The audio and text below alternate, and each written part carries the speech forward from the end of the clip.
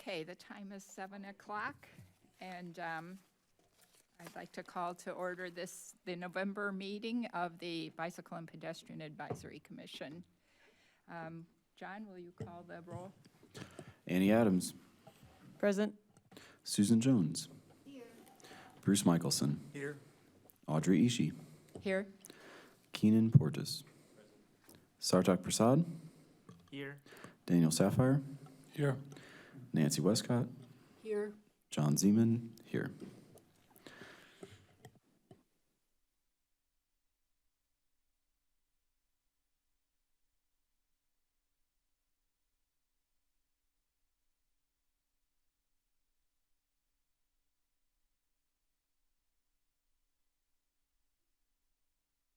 Sorry. Next, we have approval of the July minutes.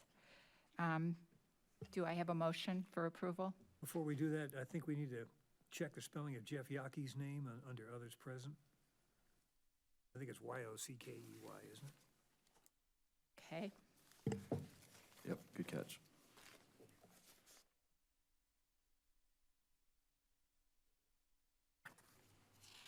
Thank you. Any other corrections? Omissions? Move to approve the minutes with the correction to Jeff Yockey's last name. Second. Okay. All in favor of approving the July 2023 meeting minutes? Aye. Aye. Any opposed?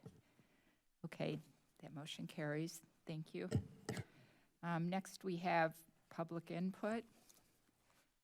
I'm going to make a quick public input.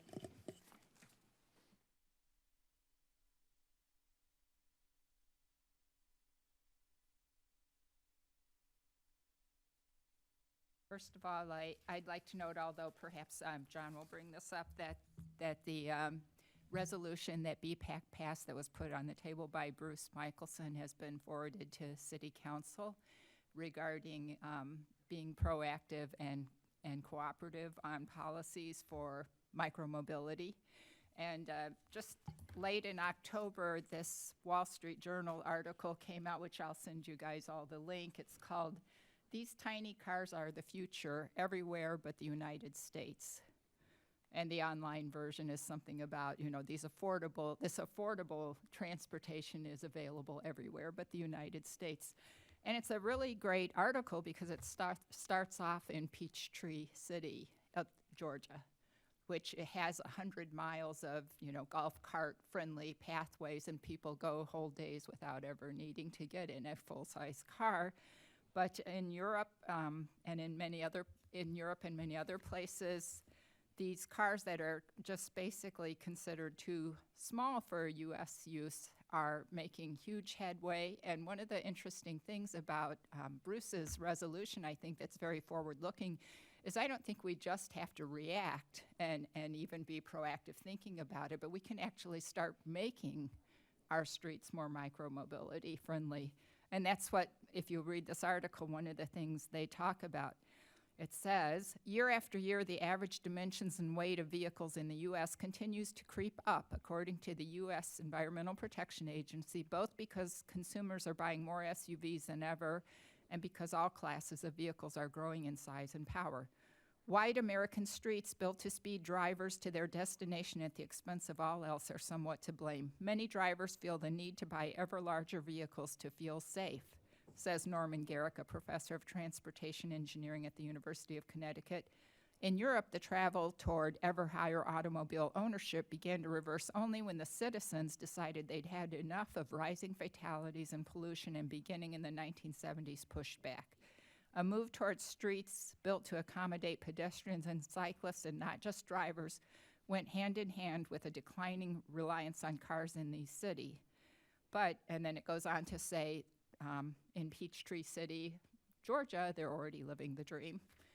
So I guess my point is there's no reason we can't look to live the dream as well in Urbana, Illinois. The fun of that, Audrey, is it's not Mother Jones, it's not Sierra Club magazines, that's Rupert Murdoch's Wall Street Journal putting that piece out. So yeah, the context is, I think, telling. Exactly. Yeah, it's basically also about the affordability and the economics of e-mobility. And so it's a real equity issue.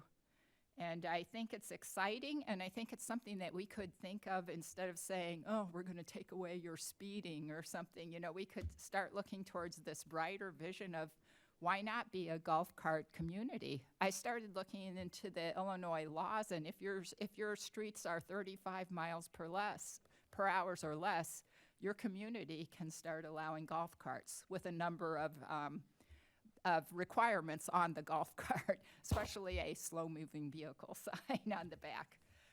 There's a potential here, I think, for really exciting, positive forward movement instead of just being like, no, stop, slow down, you know, let's put some stop signs in, let's add this, let's add that. This is something that we could start thinking about. I didn't have time to do a ton of research on it, but I think it's exciting, and I will forward you guys the link. And also, I'd like to put on the future agendas that public input also includes a commission communications item, which the city council has a communications period where they just go around and each have 3 minutes, I think, something like that, to say whatever's on their mind that they want to share, because as you know, we can't share things in discussions outside of this meeting.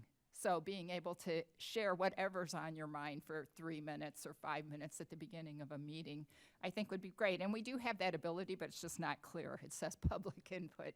I think I'm going to change that to say, and commission communications, and I don't think we need a resolution to do that, but just something to think about for next time. Thank you.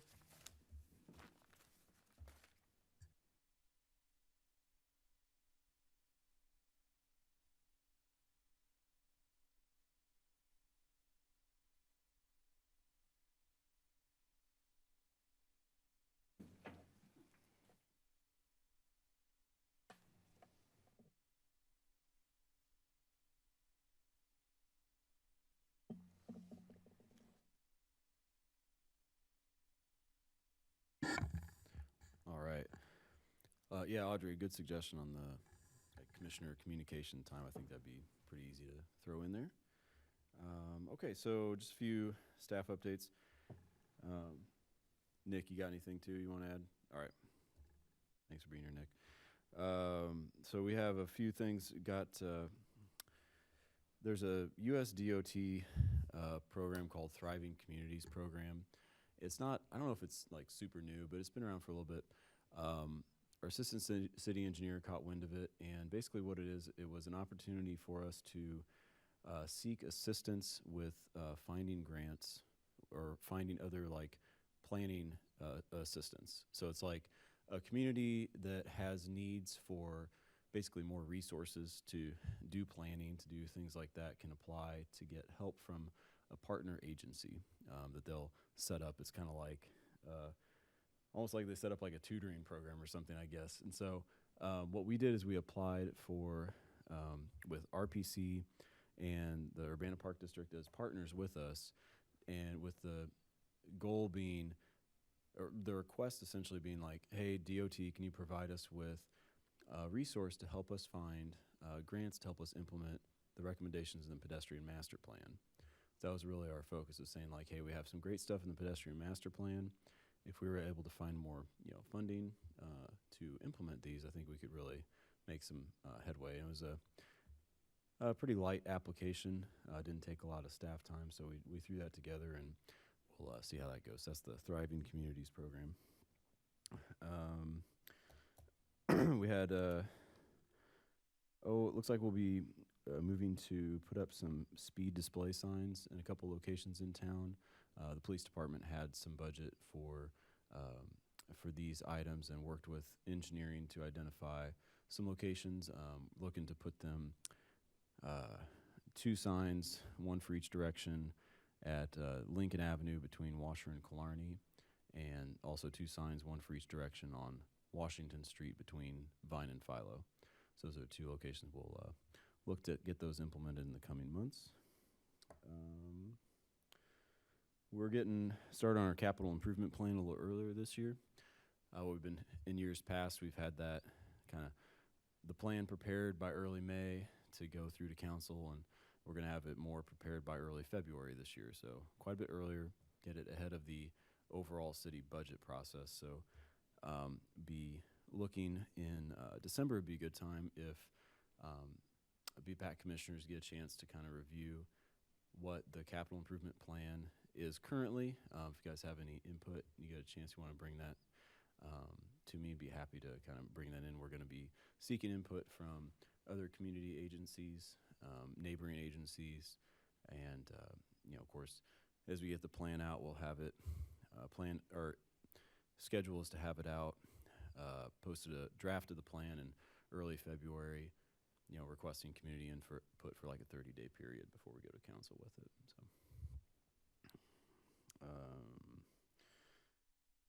on Monday night, this coming Monday city council meeting, I believe there's going to be the 2 remaining BPAC seats will be filled with new appointees, so we'll have a full house again.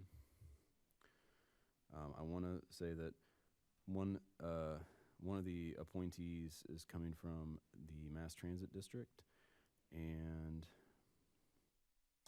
I'm blanking on the association of the other one, but yeah, 2 good candidates. I remember looking at their applications. And then just kind of follow up on what Audrey brought up. I was kind of working with, chatting with Kuatz about the best way to bring the BPAC e-bike resolution to the next technical committee meeting for Kuatz. I'll bring it in as one of our items from the city of Urbana. So just planning to do that when the next meeting's held.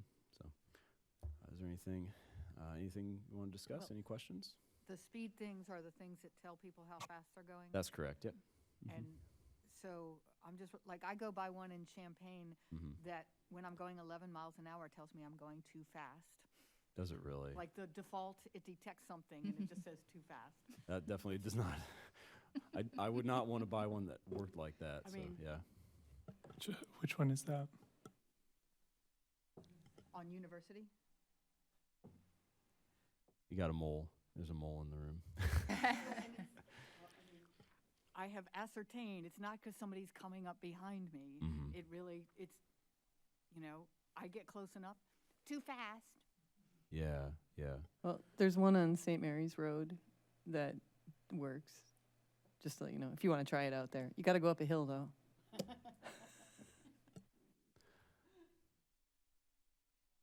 I do have a question about BPAC open seats. Did we want like a high school person? I was trying to remember if did we want like a high school student? Does anyone have any? We have such an opening. Yeah. Yeah. Yeah. So we're not filling the high school student, is what I'm guessing. That's correct, yeah. Okay. hmm All right, so any high school students who are currently listening to this BPAC presentation, Or parents of high school students. They're we gonna would love be- to have you apply. They're going to be all in on working towards the golf cart city. There you go. Oh, yeah. Oh, yeah. Is there any final reports on the traffic studies that were done at several locations? They are not ready yet, no, unfortunately.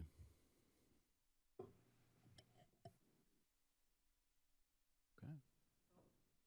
Back to that capital improvement plan. Is your suggestion that we wait until everything's been gathered together and during the 30-day community feedback period? Is that what you're suggesting, or is there a different suggestion for us? Well, as I'm sure you all have, lots of free time to do something like this. Oh, yeah, I've spent a ton of time My on looking at this suggestion, stuff. Just kidding. If there's interest, looking at our current capital improvement plan as a starting point, and what we're really going to do is we're going to carry this plan forward, make some updates to it. But I'd say using this as a starting point, are there things that you'd like to see that is not in there, or to see more of, or any questions or concerns about kind of this path? Yeah, that'd be a good starting point at least. And I think preliminarily we have some interest in kind of expanding the use of the map, the GIS mapping feature. We kind of have some interest in making it more of like a map-based kind of presentation rather than less like a big 100-page report. So we're kind of playing with ideas like that if we have time to, but I want to mention that John did an excellent job presenting it, John and his boss, last year, and I'll send that link again. If you don't want to wade through the report, the presentation that they did was really awesome too. But their website is also awesome, but maybe look at the presentation and then look at the website. That's a good point. The presentation, yeah, right on here, and well, that's gonna be hard to follow up then. Very kind words, Audrey. Thank you. Yeah, go for it. Cool.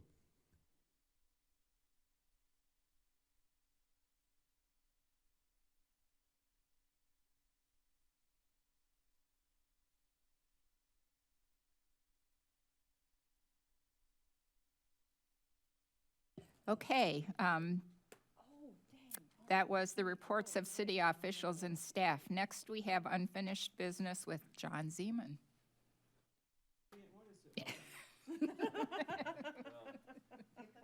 I don't, yeah, I don't know. I mean, I'm also really just this could be more of a discussion, so, I mean, if you want me to move back, I'll get back to the table, but, so just, coming back to the 14 goals that we talked about last month, and we got some of us got together and did a little kind of survey online to just, didn't get it to work.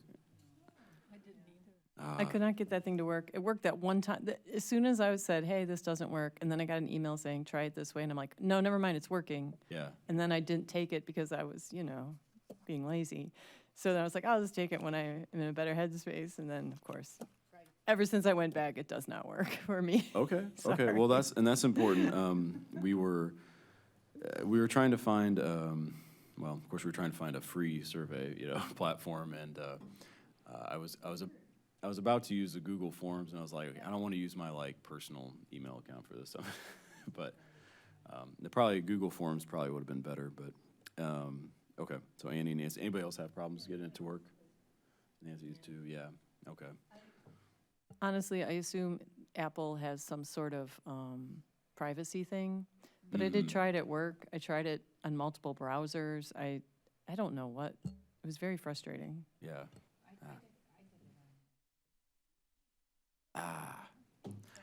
Well, regardless, so we have some ideas of people's leanings, but that's what we talk about now is going to be what matters. So I've got in the packet I handed out to you, the last page has kind of a summary table of how the average of 6 votes went for these. And if you got a chance to look at it, if you haven't got a chance to look at it, we can take a little bit to kind of go through it. Just to see if there's any concerns about how this ranking goes, if we want to change some of the rankings. I think it might make sense we just kind of come out of this with a general kind of ranking of here's the priorities we want to attack this fiscal year and kind of work our way down.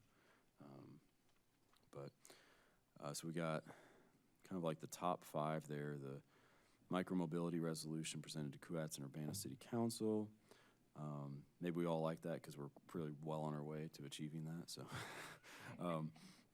we had 2 speed reduced to ranges compatible with Vision Zero commitment. Example, extend the University 25-mile-per-hour zone to residential areas. 3, Florida Avenue and University Avenue safe and attractive for all users. 4, state lobby to return speed setting to municipalities, a tie with Washington Street issues addressed. See the West Green Street in Champaign, referring to the stop signs installed there. I guess kind of rounding out the top half would be, tied for 6, getting around website updated, East Main Street resolution added to bicycle and pedestrian plan addendums. And got the rest of them listed there. I guess, is anything jumping out at somebody as maybe something that's off base or doesn't really jive? Because I just wanted to clarify ranks 2 and 4, the returning speed setting to municipalities and reducing residential area speed limits.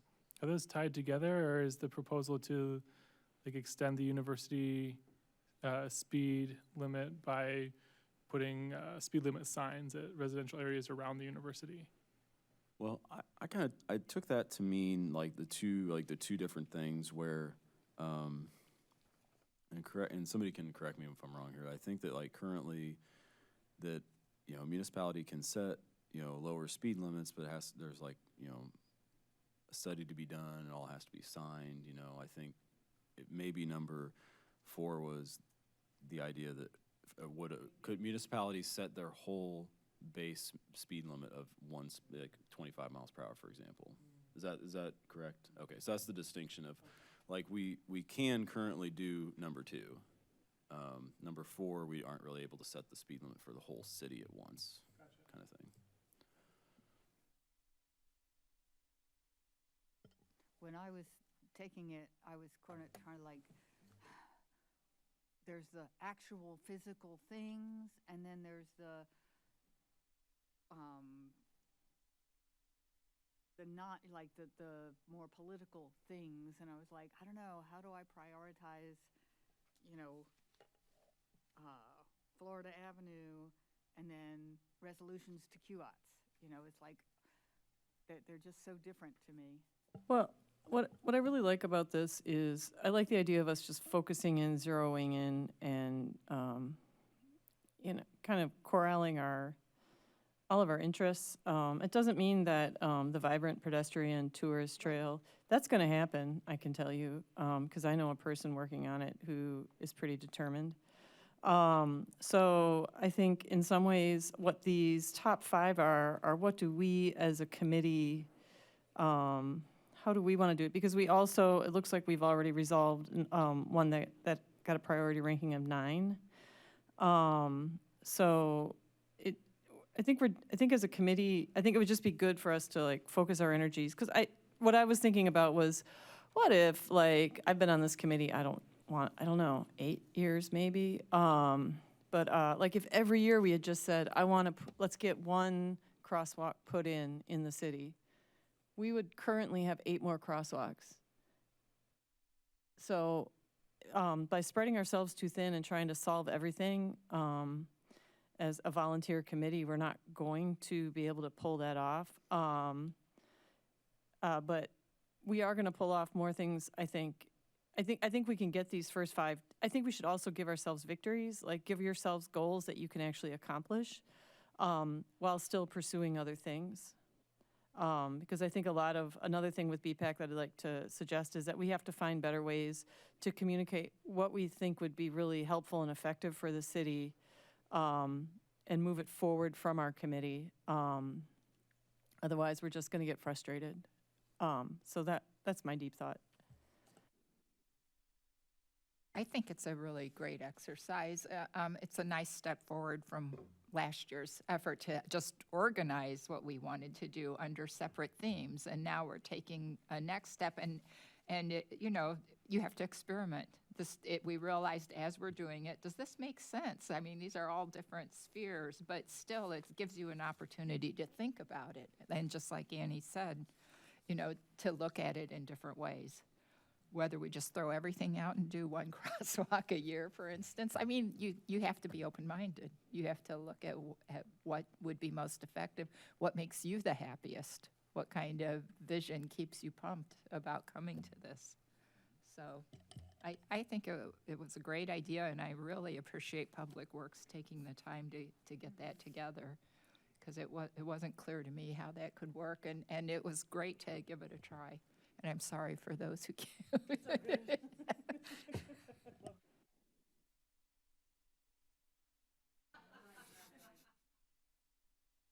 By the way, I had one comment. Like, we had discussed about, again, like in the last meeting we were talking about, or I had brought up the Vine Street not having any crosswalks or stop signs between Washington and Florida? That's right. Thanks for bringing that up, Sarthak. Yeah, that didn't get added to the list. So that's something that when I saw it, I didn't realize at that point, but now I'm seeing them right here, like it's popping up. And the second thing was like, again, like with the SS4A grants, like we had long discussions about that, and I think we should still keep that. Yeah, absolutely. I mean, yeah. we considered it important enough to have sent a resolution to council about. And I think it is very important to us. So I don't think that just because it appears lower on this means it's not very important to us. Many of these things are essentially running in parallel. Yeah, it's not a very big spread in the scores, really. You look at, I mean, on average, everybody's like, yeah, these are important, you know. Well, an SS4A could go with a funding for vibrant tourist trail or, several of these other things. I thought it was funny, the snow removal coming out lower, though, because snow just isn't on anyone's mind yet. Believe me, if we just had a blizzard, it'd be That's right. way at the top. That's right.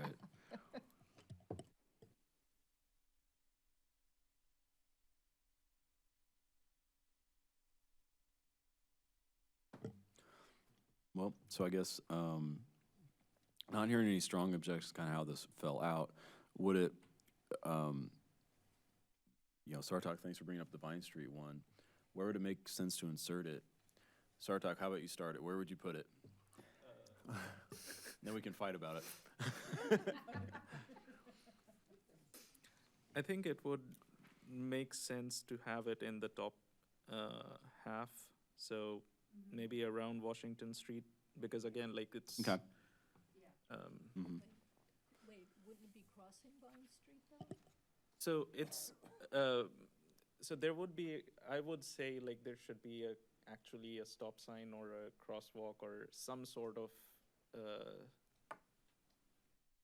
safe crossing on Vine Street, at least at like Washington. Then again, like, Washington already has Are you talking crosswalk. Fairlawn to get to school? Yeah, So- Fairlawn or Okay. Michigan, Mm-hmm. because they definitely, like, it's right in front of the school and there is no, Yeah, so crosswalk. the presentation I gave was the pop-up. We could do pop-up stop signs during school days. And also, I didn't know at the time, or maybe I did, but there's a building now across the street from the school that the students are crossing all day long, going back and forth to. So it would be nice to get that sorted.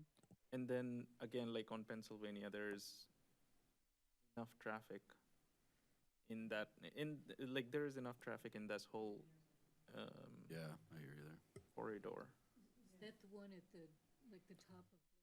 Yep, yep. Yeah, that would be my vote, is the top of Blair Park. I agree with Sarthak. I think that putting it, let's say, just above Washington Street would be good because it's students, it's our youth, and it's very high demand. Okay, so I'm hearing that's a number 5. Okay. Do we want to break ties in here? Do we want to Well, like I said, I think we're working on these things in parallel. nobody cares? Yeah, Okay. I mean. Nobody's it's like, it's an exercise. I'm over that- here like, these are ties, we have to break it. No, okay. And, If and we're I all cool know with that, that that's snow fine. removal is going to shoot up if we have the snowiest Oh. winter ever. Thank you, Annie. I hope that didn't go up your nose. Okay, that's cool. So insert is another tie for 4. Vine This just- Street. What this just Washington reminds me of is when I was younger and I would get very frustrated with like political issues, and someone looked at me and they said, you understand if you call yourself a Democrat, Democrats are a coalition. They're a coalition party. The Republicans are more interested in like one idea, one thing, get it done. And the Democrats are like, we want to do it all. And I'm just looking at this list and I'm like, That's what they were talking about. coalition. This is coalition movement. Yeah, I also support picking 5 of these rather than doing all of them. And the state lobbied to return speed setting to municipalities. I think that's a little vague for 1 year, and maybe there's a specific action we could identify to advance that goal this year if we want to keep it in here, or we could move it to a longer-term goal Well, I think the next step is to identify what's the specific action items for each of these and how much can we undertake this year. You say. Yeah, because the state lobbied, we were suggesting that we maybe have Cynthia Hoyle come in and talk to us, because she's the president of Ride Illinois, and see what they're up to, because there's also the parking and bike lanes issue. And I sort of think that was, just say, how can we help and what can we do? And that was, I think, as far as, yeah, I thought that was, I think for our action plans, I thought that's how much we could get done. And I do agree that it's very similar to number 2. And I do think it's really interesting about the golf carts, because the communities around us that have a lot of golf cart users have reduced their speed limits to 25 miles per hour. So I think that's really interesting. But we would have to re-sign everywhere that stuff's at 25 miles per hour, and we'd prefer not to do that.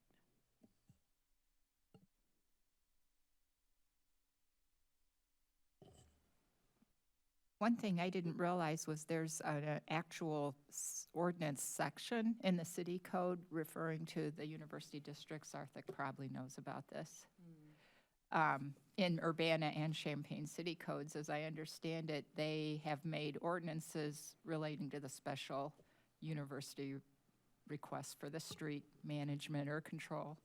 I'm not too sure, but I can find that information. Yeah, I had always assumed it was a right given by the state, but I have been informed that supposedly it's ordinances in our city codes. And so just if Yeah. that's the case, then just expanding those zones to residential areas in Urbana seems practical. And yeah, because I'd be curious if it is, though, the signage, because that's what we've been told is you can drop your speed limit, but you do have to put up signs. You have to sign everything. Right, and there's a number of other things that are done differently in the university like- district. For the university districts, 25 miles per hour, from what I understand or how I remember, like I've had one conversation with Stacy and Morgan like a few months ago, and they were like, the CATS committee, they came up, they recommended, and it happened. That was the gist. Well, that doesn't preclude that maybe the city's passed a special ordinance. I suppose, but I'm not aware of it. So, as I said, like I can find some information. Yeah, on I'll it, but check into that too. It's an interesting possibility. I had assumed that you were just handed the right by the state to do whatever you wanted. So, but I think I'm wrong about that because they are city streets. Yeah, and there are like, basically any street, any city street that doesn't have a 30-mile-per-hour speed limit, there's an ordinance related to the speed limit that's on it. So, I mean, I know you're right in that regard. I definitely haven't gone to see if that, like, how does that correspond with, like, the university-owned streets and all that. Yeah, so that's a good question. Yeah, I don't think the university streets are in that table, if I recall. It's not a very big table, Yeah, so it probably yeah, not, yeah. I don't think they are. Yeah. So it may be a special section. Mhm. And very few of them are less than 30. Most of them, I think, are more than 30. Yeah, and that little section on Lincoln Avenue that we got to 25 miles per hour, I know, like, Bill and I had to come to city council and present about it, and then they had to re-sign the street, and so it was a thing. Well, a number of these items I would mention are really just us watching and making sure we request a review of. For example, Florida Avenue and Lincoln Avenue. We don't really have any action item other than to ask that's on the agenda to look at the plan, and then maybe something would come out of it. But it's just mentioning that we want to not drop the ball on that. We want to make sure we watch it through the stages that we're able to.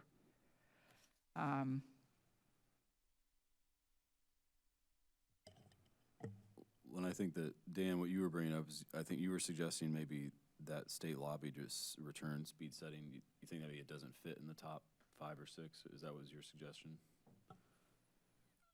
Either it doesn't fit, or we should say our action is to bring Cynthia Hoyle in and advise us. There you go.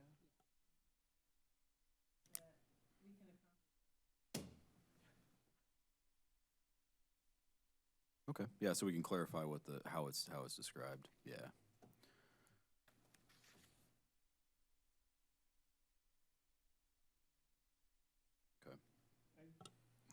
Maybe it's just me, it sits a little weird that the Lincoln Avenue corridor study actively followed and reviewed doesn't have an action item. Maybe a goal could be to provide feedback as BPAC, submit comments. Otherwise, if there's no action item, I mean, why have a goal? Yes, exactly. I mean, I think the thing is we don't want to forget about it. We don't want to be presented with, and here it is, 2 years later, and we forgot to ever review it or look at it. It's just by being here, it's just a reminder we want to make it an agenda item at some point.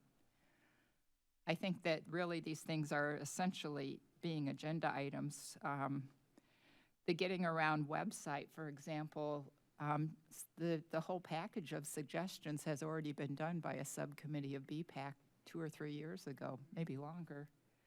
And it's, again, just following through where, when the city rolls out the new website, making sure those suggestions are on there or asking, for a review of it. So it's really kind of like things we don't want to drop the ball on. That's all. I think it's more of a reminder than actually, in most cases, I don't see us actively applying for the SS4A grant, for instance. Bringing ideas forward that could be funded is. Yeah, that makes sense. But there are 14 goals on here, and we have 12 meetings a year. And is it realistic to expect that we'll accomplish at least a goal per meeting?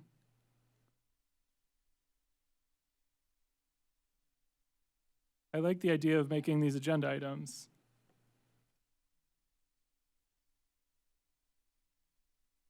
Yeah, Are I you- like that idea of like returning to the same question and slowly resolving that question.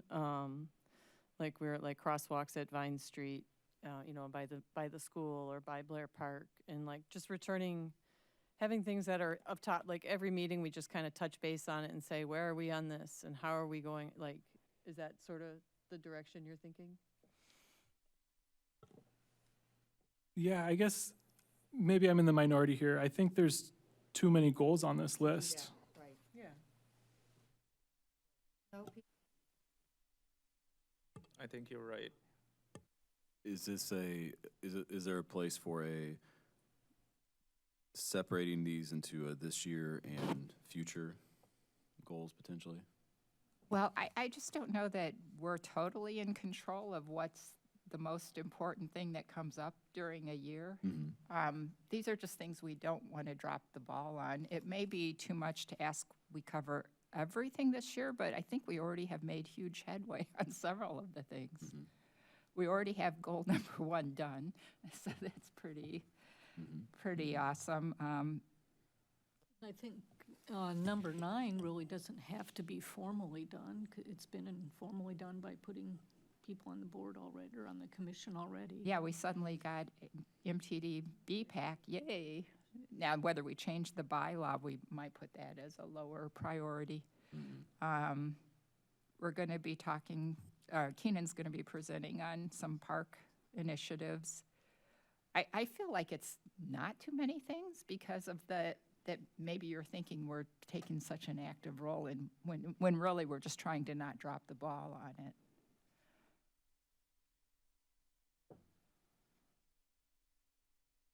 And I think there will be other things come up too in addition to this, so yeah.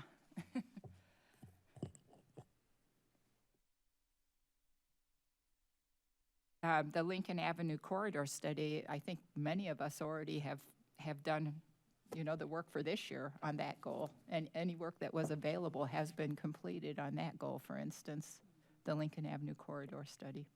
What if we had just decided we're going to focus on the top half and had a mid-year check-in to say, here's the goals we've accomplished in the top and bottom half. How can we focus our efforts? I don't know. I think just saying no to some of these and focusing on a few goals is going to be more effective than trying to keep all of them top of mind.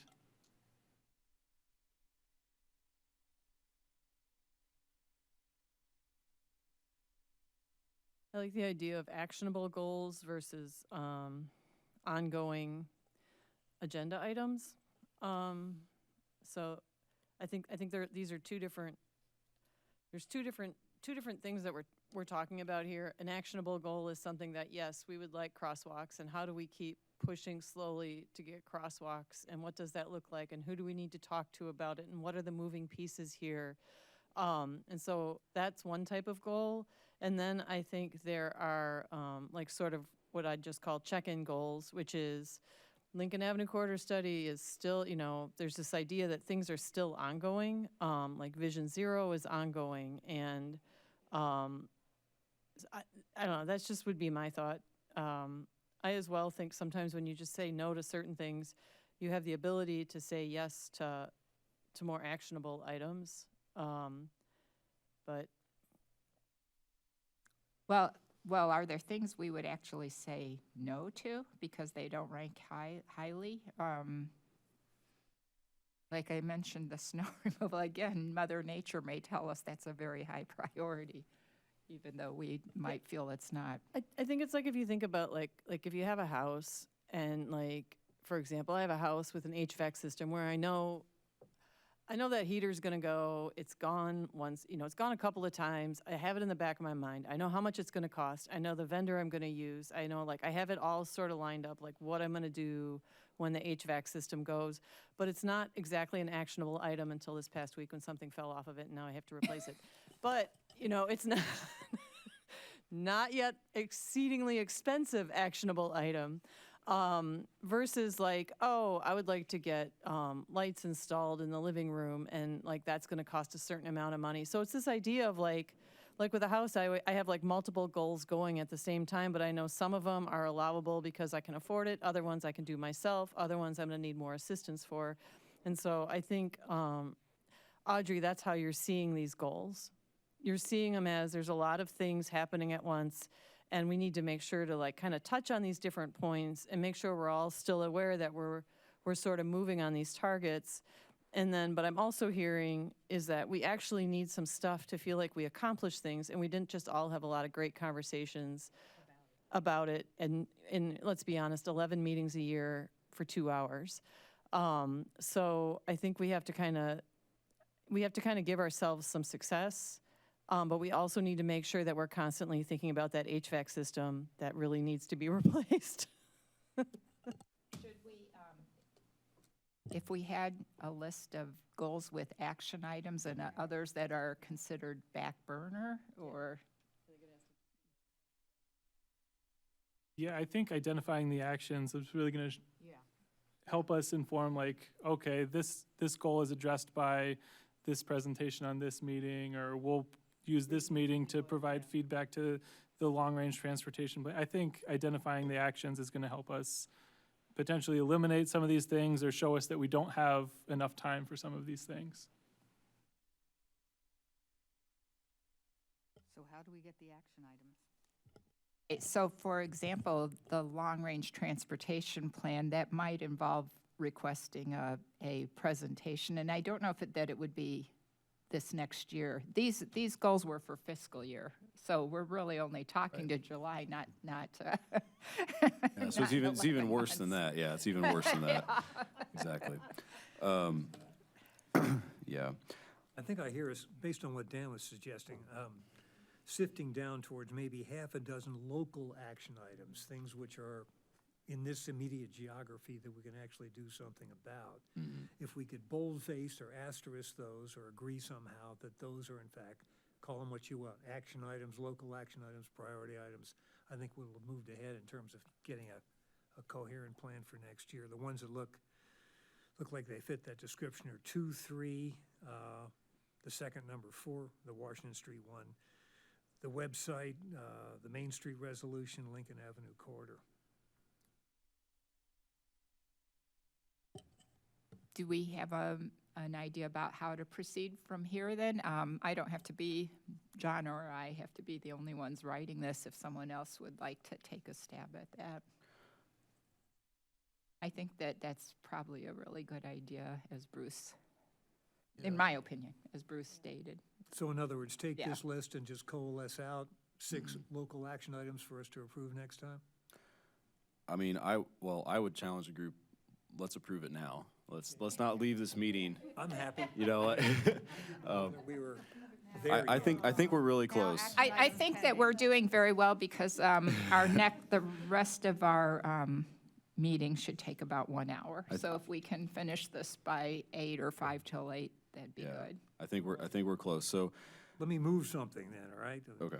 I move that items 2, 3, the second number 4, the 2 6s and number 8 be designated as priority local action items for the coming year. Oh, I would also add the Vine Street one, which we added. Right. Okay. To this Yeah. list. All right?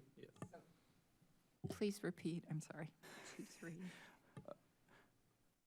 So So Bruce moved item number 2, 3, Washington Street issues, website, the 6, both item number 6, Vine Street, and then both item number 6, and Lincoln Avenue corridor study to move forward.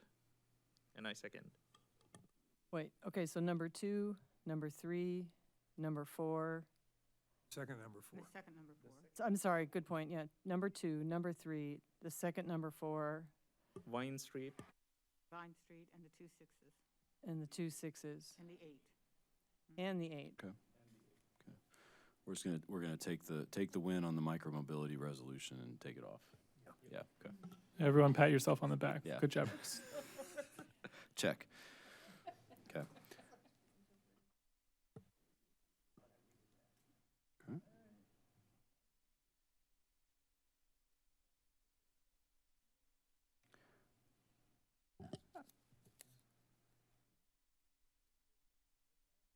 Yeah.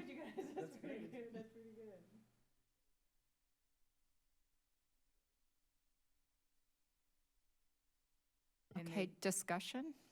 Well, they Well, we kinda don't have a motion thing on the in floor. common I guess we- being- Oh, we do have a motion, okay. It's like Michelle ordering was in gonna a have Chinese a good time menu. putting the minutes together for I this. think we need a second before official discussion. He seconded. I second. Oh, okay, all right, discussion. I think there's a lot of overlap because there's a theme here of safer streets. And I think a lot of the action items are gonna be very parallel and involved doing the same kind of stuff, so. And it doesn't preclude anything else on here if an opportunity comes up. It's just, this is like, let's prioritize this and do action items. Yeah, I think if I had come up with the numbers, I might have taken one or added another one back in, but again, in the sake of like, these are the ones we're gonna get done, I really appreciate this and I agree with these goals. Yeah, I mean, personally, I want them all done, so I'm gonna say yes to these 7. Yeah, I'll say we're not gonna throw the list away. July will be here before you know it. 4 meetings. That's right.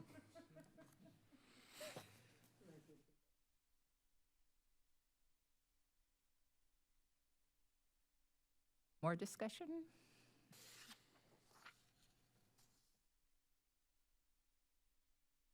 I did kind of think, like, these are actual things, like with paint and stuff. And some of the other things on here are more like the vibrant pedestrian and the example broad light. Like, when I was taking the survey, I was like, what are the subtle things that will make people see and think and want to do more? But I kind of think prioritizing the things we have is a way to go. Yeah, and it's prioritizing what this group can do. I mean, I know personally how I can get a vibrant pedestrian tourist trail designed and promoted, and I can work with the group, and the group can take a win, and we can make that happen. So that one is like the HVAC system. It's still working. Things are falling off of it.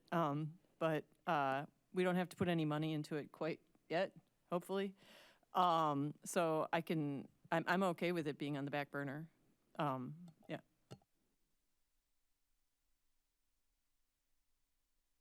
And we recently had the opportunity to comment on the LRTP as it stands. I mean, it's just been started, actually. So I think we're okay till July to sort of have that on the back burner as well.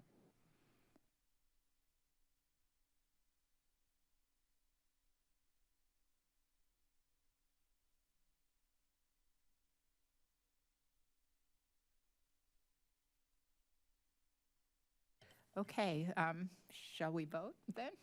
Okay, all in favor of the resolution put forward by Bruce for prioritizing items that have actual action items for this fiscal year, say aye. Aye. Aye. Any opposed?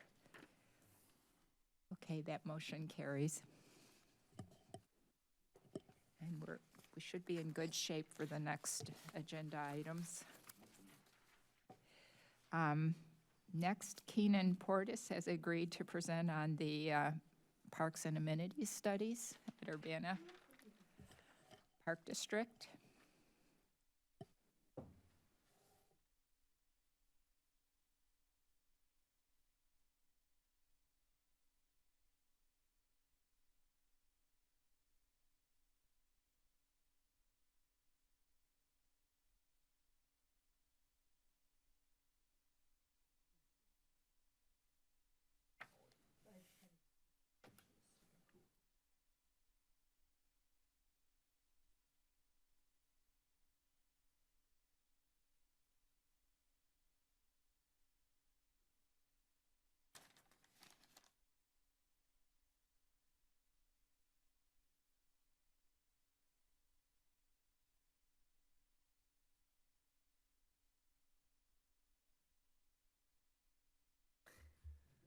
Not used to speaking in mics, but. All right, well, I'm Keenan Portis. I'm with the Urbana Park District. I'm currently the new park planner in place of Kara Dudek. And today I just have two short agenda items. First, we'll be talking about the Parks and Amenities map, which is personally my favorite. Before I get started, I do want to say that this has been in the works for the past year or two, and I just began at the Park District this past June. So a lot of the information I am presenting is not fully mine. I did help on some of it, but I just want to give credit to Kara Dudek and also Caleb O'Perry. And this has also been presented to UPDAC and other UPD staff, and I believe this is the first time BPAC will hear about this. I don't believe Kara has mentioned that yet. New guy here. What's UPDAC? Oh yeah, that's our Urbana Park District Advisory Committee.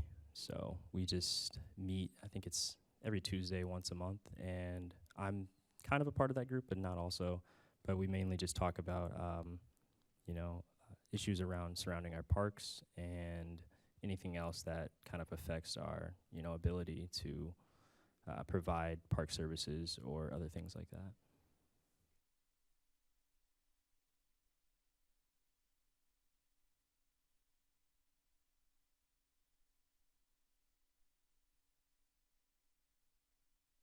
And if you have questions at all, please stop me. I don't want to wait till the end. I don't want you to forget or anything. So the first thing that pops up with this map is the splash screen, and it's just general tips. I'll go ahead and read them off. In the top left corner is where you can find the tools that will help you navigate through the map. Some of these might seem very simple, but we try to make it very usable for everybody. The second one is zoom in or out on the map to view more or less details. That would be the minus or plus. All amenity layers are visible when the map opens. You have to toggle them off to see less information. The interactive maps use overlapping layers. If you click the small arrows in the upper right of any information pop up, you can cycle through all the overlapping layers, and this will make more sense in a few seconds. So when you open the map up, you see Crystal Lake Park first, and that is our home. That's where it's set. So if I press this Actually, if I go way over here and I press home, it'll just take us back to Crystal Lake Park.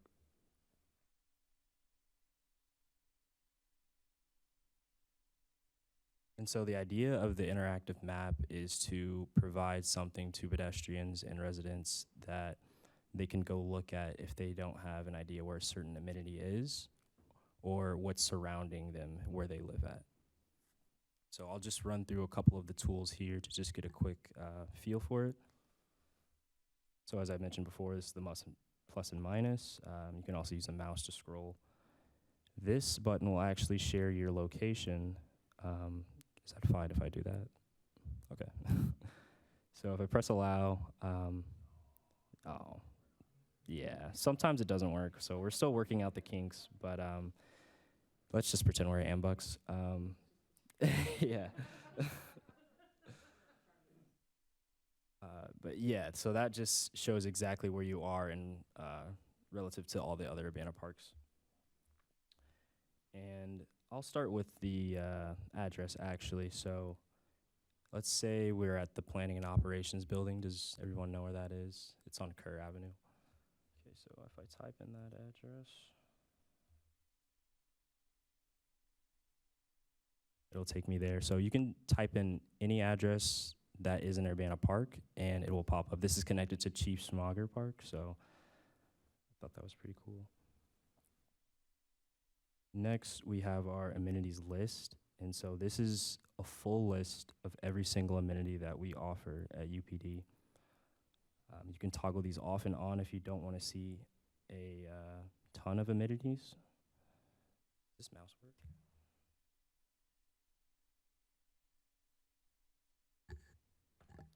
Okay, you're gonna absolutely hate what I'm about to say, but I have to say it.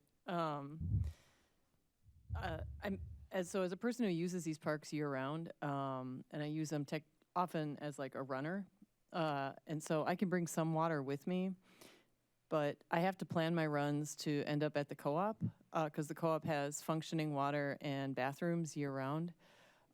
Crystal Lake Park, for example, on Sundays doesn't have any bathrooms or water. Okay. Even though I'm sure this would tell us it has water. And I asked why, and especially since I know Champagne's actually turning their water on 2 weeks earlier than us. And I know that because I trained for the half marathon, and you know, thousands of people are training for the half marathon and they know where the water is. I don't know who to talk to about it. Like, so this past week I was on my walk around Meadowbrook, and, you know, people kept trying to use the bathroom and the water, and it was obviously off. And I know I've done winter camping, and I know there's ways to have bathrooms and water that work year round.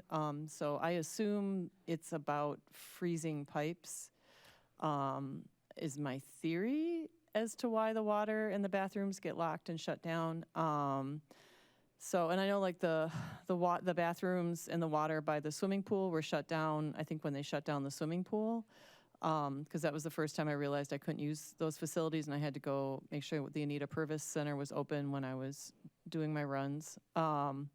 So I just know if you have like little kids, or if you have other, like the way to keep people in a space is you have water and bathrooms, and I know that that's really helpful for folks. So I just don't know who to reach out about it, or how I should let people know that this is important to people. And also just with, I think we all are aware that things are getting warmer more frequently, and that's actually what happened. Was I was on a training run this past spring, and all of us we thought water would be on at Meadowbrook, so we all expected there to be water, and there wasn't, so we all got dehydrated. We basically went to my house and I turned on the hose, and we all just started drinking water. But it was a little frustrating for us because there is a porta-john that the park district puts out, but that of course was like a line out the door, because again, everyone was doing their like 13-mile runs that day. Oh, and also there's now a marathon this year, so people will be doing even longer runs, 20, 22, 23-mile runs. So just a heads up, I just don't know who to talk to about it, or what steps I can take to help figure out a solution.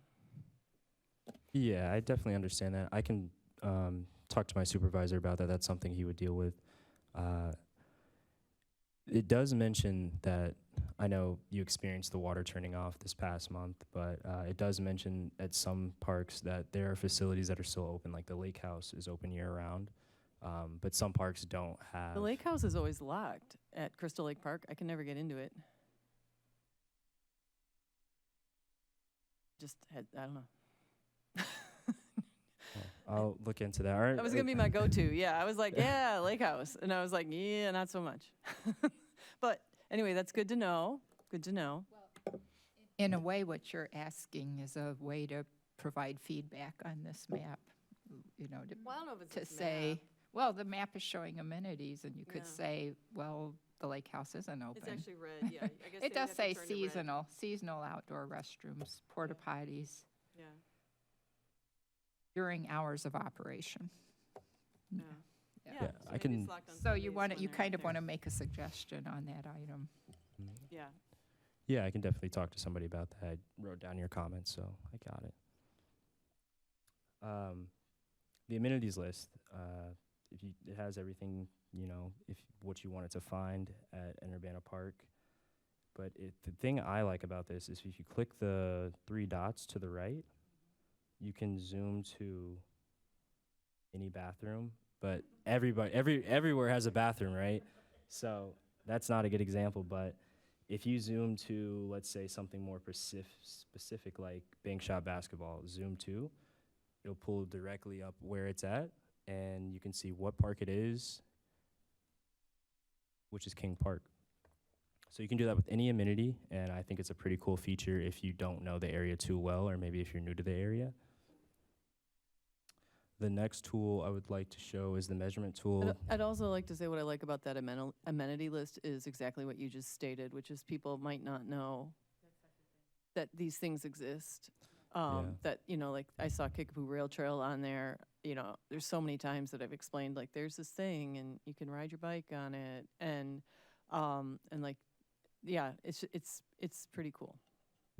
That was our main basis for making this map. We realized that not a lot of people know exactly where some of our amenities are at, so we wanted to give them, you know, a better view or better access to knowing where some of those things are.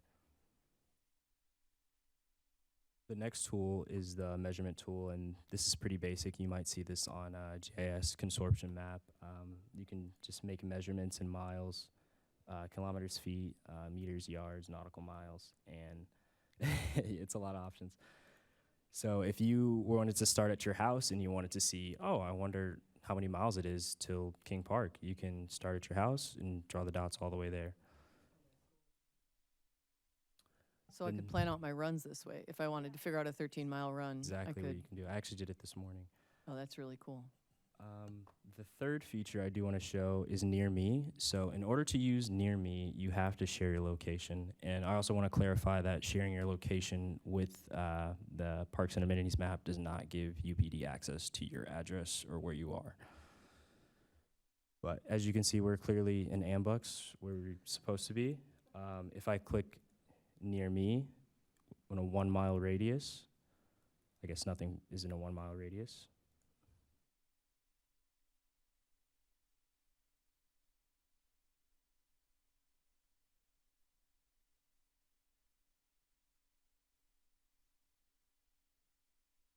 Do not know the address for Ambucks, so sometimes this works and sometimes it doesn't. So let's imagine we're at the Planning and Operations building.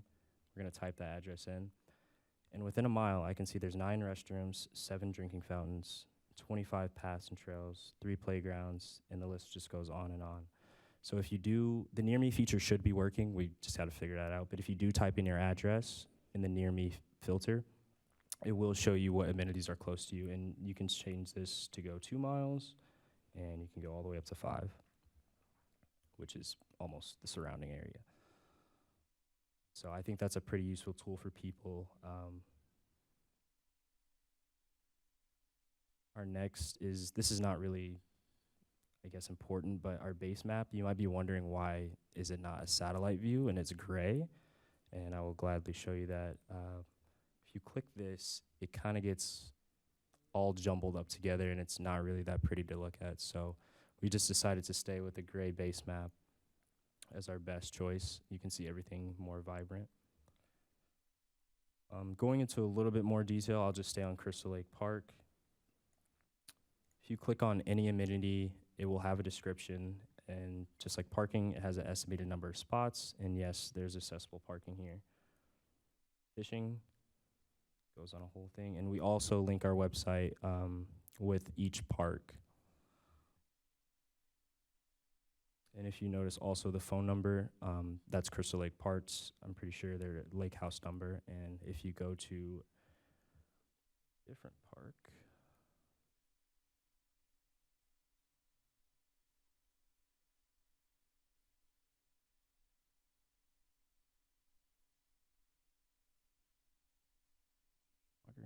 yeah, so if we go to Planning and Operations Building in Chief Schmager, we can see that this phone number is for the Planning and Operations Building. And so each amenity has their own kind of description and sort of information that we want to display to the public. If they need to get in contact with us, they know exactly where to go on the website. There's no shuffling through the website. It's straight to where you should be.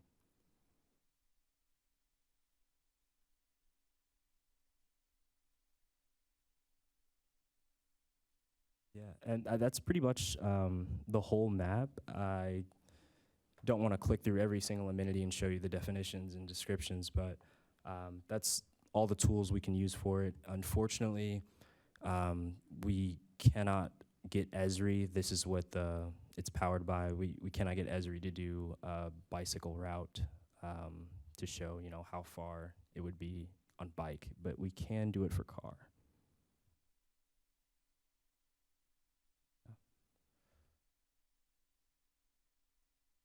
But you said you could do it for a run, right? Yeah, so it just won't tell you like how long it will take. It will just show you, you know, 1.5 miles. I can show you a quick example.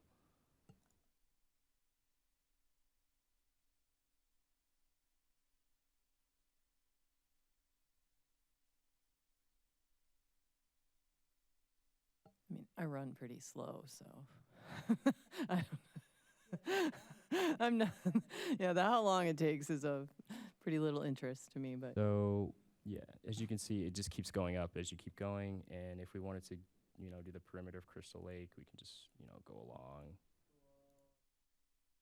It's not as accurate. I'm just going really fast, but. So is Meadowbrook on here? Yeah, all the parks are on here. I was just staying in that certain area. Okay. I can definitely go to Meadowbrook.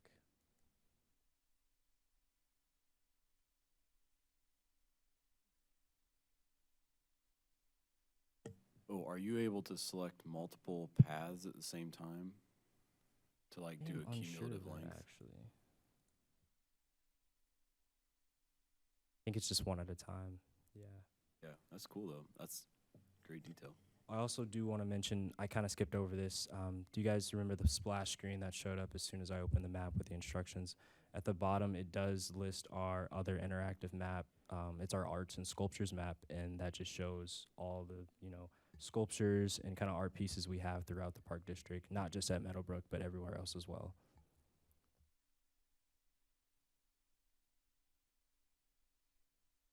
We tried to keep it like really detailed and show the herb garden, sensory garden. Pretty sure there's one more. Yeah, the community garden, organic ones. Yeah.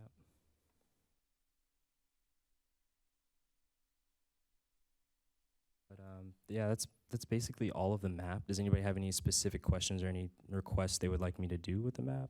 I think this is a really cool map. Thanks for walking us through it. I wonder if, along with car parking, there could be like a bike rack or a bike parking amenity. And I wonder, I know it's outside of Park District jurisdiction, but either bike lanes or sharrows in Urbana to get to those parks on bike. I would That's a really also good idea. add like nearest MTD stops, maybe. It's just the type of feedback I needed. Thank you. Yeah, because those could probably be layered in on top, like people could Exactly. turn them on or turn them off. Mm-hmm. Yeah, and I'd say Keenan, at the city, I bet we have some maps that we could like, you know, collaborate with you on. Like maybe we have some layers already. I think we already have like a bike route map in Okay. Esri. I'm gonna put this over to our GIS specialist and kind Okay. of point him to this too. Yeah. So, yeah, if you get a chance to share a link with us, definitely. Oh, yeah, for sure. Get I with can them. send everybody the link. I also want to mention, we plan to, this has gone through a lot of review, but we plan to launch this sometime in 2024. But with your guys' suggestions and feedbacks, it could be a little bit more time. So this is it's still in the works for sure. So Since I won't be doing it, I'm not afraid to mention the MTD bus stops do have schedule information. GTFS, a general transit feed specification. So if you did have stops close to your park, you could pick out, oh, here's what time the orange or what routes or what times buses get there, depending on the day. A lot of information that's like very complex when you look at the thick schedule book, but you could click on a tooltip here, and people could get to that information very quickly. I think that's a great idea.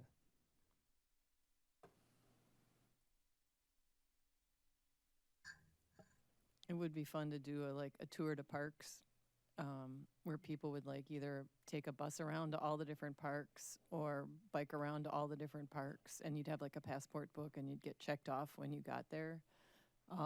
And that might be a really fun way to debut this map, because people, it'd be almost like a scavenger hunt. I mean, you could add a layer which would have a scavenger hunt item on it, right? Some sort of Easter eggs that people would have to find. But I always tell people, I'm like, have you been to this park? And they're like, no. And I'm like, what about this park? No. And I'm just a big weirdo, so but I've biked around and looked at a lot of these almost every park actually. There's the one that's hard to get to is the Shmoganis. I can't say that one, whatever that one is. Yeah, that park. Yeah, that one's hard to get to. A little dangerous on a bike, but it would be really. I just think it'd be fun to do a tour to parks, and whether it was with bus, people would take a bus or walk or bike.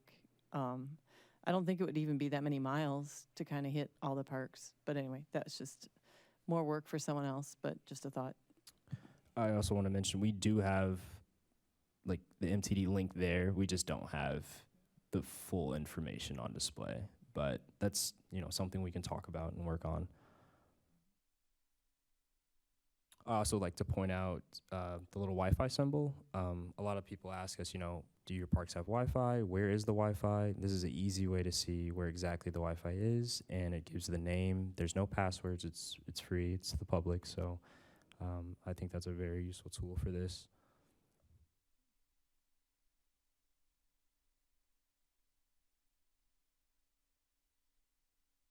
And not just parks. Also, we do have the aquatic center here. So I guess that's technically not a park, but we do look over that. Yeah. Does anybody have any more questions or anything they'd like me to gloss over? I think RPC applies on behalf of Urbana for the bicycle-friendly community designation every so often, and they ask for bicycle data. And I think because when I worked at MTD, they asked for how like bicycle racks near transit stops. I bet they ask about parks too, and so this might be really helpful for them when they're filling out this really massive document to get the bicycle-friendly community designation. Gabe Lewis at RPC would be a good person to share this with. Thank you for that. One last thing, we also are working on implementing our UPD every single bench that we own in the park. We would like to put it on the map and, kind of see where you can sit down and rest if you were to go on a run or go on a walk. Great idea. Yeah. And not sure if it was said, maybe Annie already did say it, but what I heard from Annie's conversation earlier was if there was a way to like set by amenities like open now or something like that, or like when are these amenities open, that could be like a pretty cool feature. Probably not a trivial thing to do, but They may be able to link directly to the hours of operation on the Yeah. website, because I know that the UPD website is more accurate than the Google, which a lot of people do, and then they're disappointed. Right, right. And, I mean, I know at Meadowbrook Park, there's a piece of paper that's up on the bathrooms that I kept pointing people to. I was like, they're actually closed, read the sign, read the sign. And the sign's a little vague, so they might not be super interested in having that information out there. They might just not have a set, I'm sure there's process. It's like anyone, again, going back to the house analogy, when do you take your hoses? When do you put your hoses away? I'm sure it's a process for people to turn the water on and off. But I do know that there are printed signs that go on all the bathrooms to let people know. I haven't worked with Esri a whole lot, but I know there is certain things we can and can't do, but I will do my best to try to find a solution to all the problems, guys. Oh, I just remembered one thing. So last year I did like the emerging community leaders with at Illinois thing, and I was United Way. They have these wayfinding signs at several parks. I don't know if they have them in Urbana parks, but they do have some at Champaign parks where they have the wayfinding signs are in different languages. I know that's not totally relevant to this conversation, but something that you guys might want to. I think that's a great idea. Any barriers that present itself to people from accessing our parks, we want to tackle. So thank you.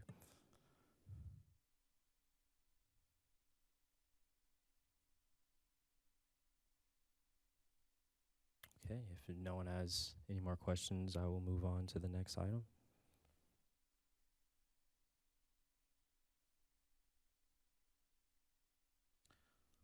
So we've been working with Jennifer Skolsky. She's an ADA consultant.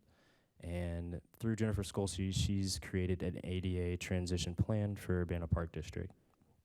This plan is on Microsoft Access. I'm not sure if a lot of you are familiar with Microsoft Access. You might have worked with that before.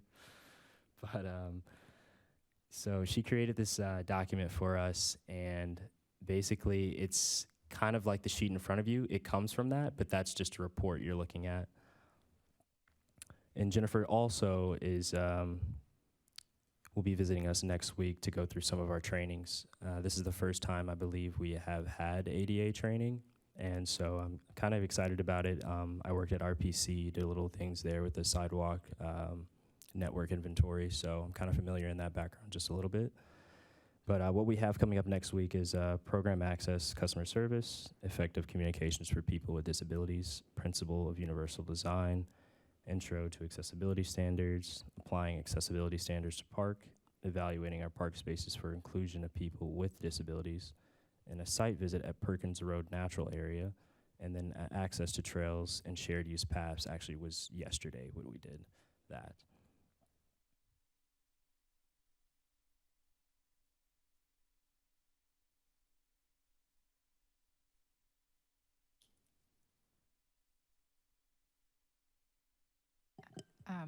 Keenan, just a question. Are there people with disabilities on the staff? I mean, I don't know That if that's I am too unsure personal of or- because I personally don't know everybody yet. But that's something I can ask around or ask my supervisor. Yeah, I'm just wondering if there's outreach to the disability community to make sure their perspective is included.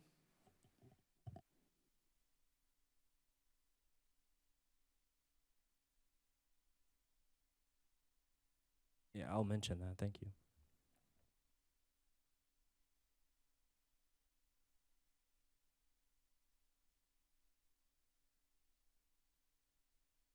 All right.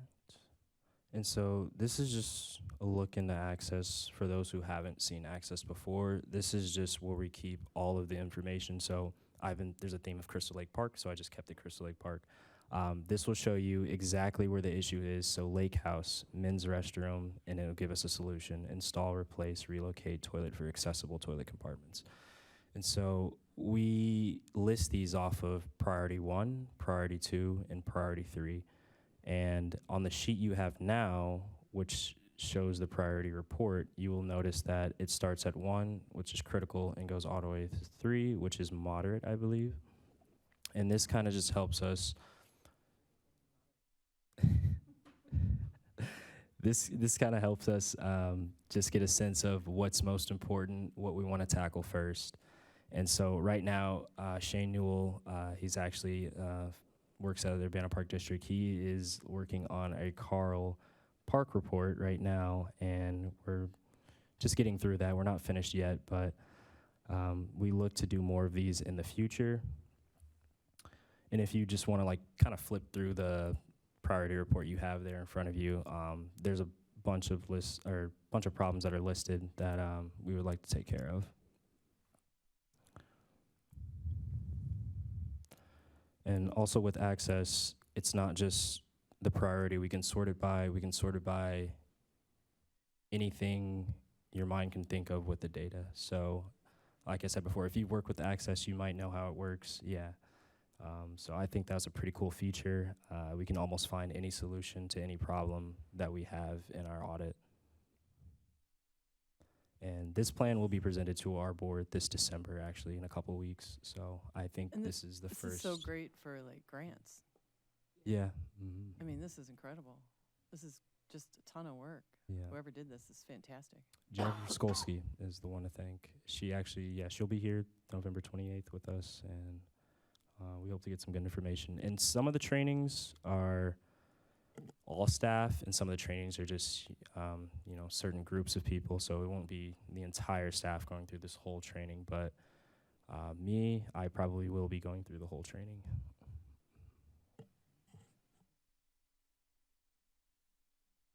So Keenan, you were saying this is not like an update of an existing ADA transition plan. This is like a brand new thing for you guys. Yeah, this was, I believe, they got in contact with Jennifer Skolsky maybe 2 years ago. This is before my time, so pardon me if I, misspeak of anything. But yeah, I believe this is pretty new. I think 2021, that's when they assessed these, but I'm not really sure how long they've been working with her.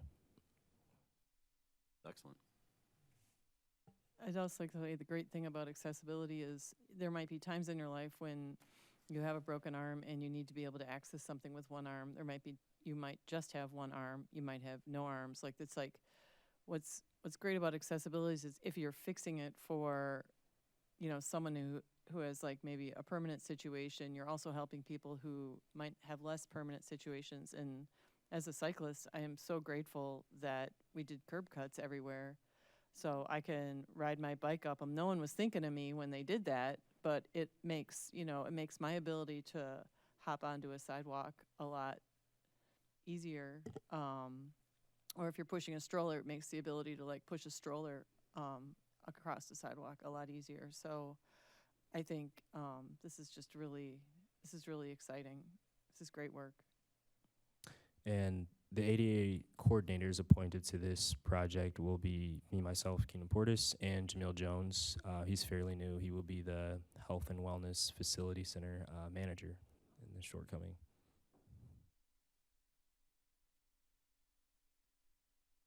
Well, does anyone have any more questions about the transition plan? Thank you, Keenan. That was absolutely awesome. And more incredible, you did this on your second meeting with our commission. You have set a bar that I don't know how many people can reach. He also had the answer to our question: critical, moderate, serious. Like we could. Yeah, I should have thought of that, honestly. Sorry. Yeah. Okay, thank you. Thank you, guys.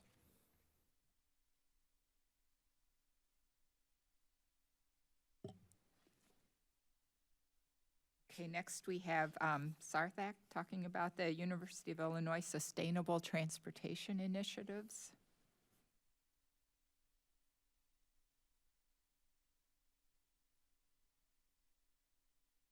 Hey everyone. Okay, so I'll just jump right in. I will probably need about 30 minutes. There is a lot of information. I'm Sarthak Prasad. I'm the Sustainable Transportation Assistant at Facilities and Services, and we are just going to go over, I'll give you the overview on the TDM department, where I work. TDM means Transportation Demand Management, which comes under capital programs at Facilities and Services. Then an overview of the TDM plan, the Campus Bike Plan most recent report, and the TDM achievement report that we published in FY23, some sustainable transportation projects, and bike share updates. So the TDM department, we represent and coordinate all the campus modes of transportation with an emphasis on safety and sustainability. So we are, we don't deal with fleet or vehicles in general, or motor vehicles, but anything related to streets, sidewalk, bike paths, bike lanes, that comes through us. We are responsible to implement the goals that are listed in the TDM plan. We are responsible for the campus bike plan implementation and the transportation-related, several transportation-related objectives in the Illinois Climate Action Plan. And Stacy DiLorenzo, she's the Transportation Systems Manager. She's my boss, and me. We are the two people team. Well, now I have 2 more interns, so that's good. So the TDM plan, it was first published in FY20, and it was updated and finalized in 2023. Again, the prioritization method that we use as to how we prioritize our projects: safety, then location, then the volume of traffic, then condition of the street, sidewalk, bike lane, and then we look at alignment with other campus plans in order. The TDM plan has 4 key objectives. One is asset management, then programming, funding resources, and community engagement. And we will briefly go over the asset management and programming sections. For asset management, again, transportation asset, we have a transportation asset management plan for streets, which takes a look at, we look at patching and spray injection, mill and overlay, pavement section repairs and maintenance, and that type of projects. Then striping, signage, traffic control, again, it's fairly straightforward. The new infrastructure projects, such as if we have to add more bike lanes, not street, but mostly bike lane, sidewalks and stuff, and bike shelters and infrastructure.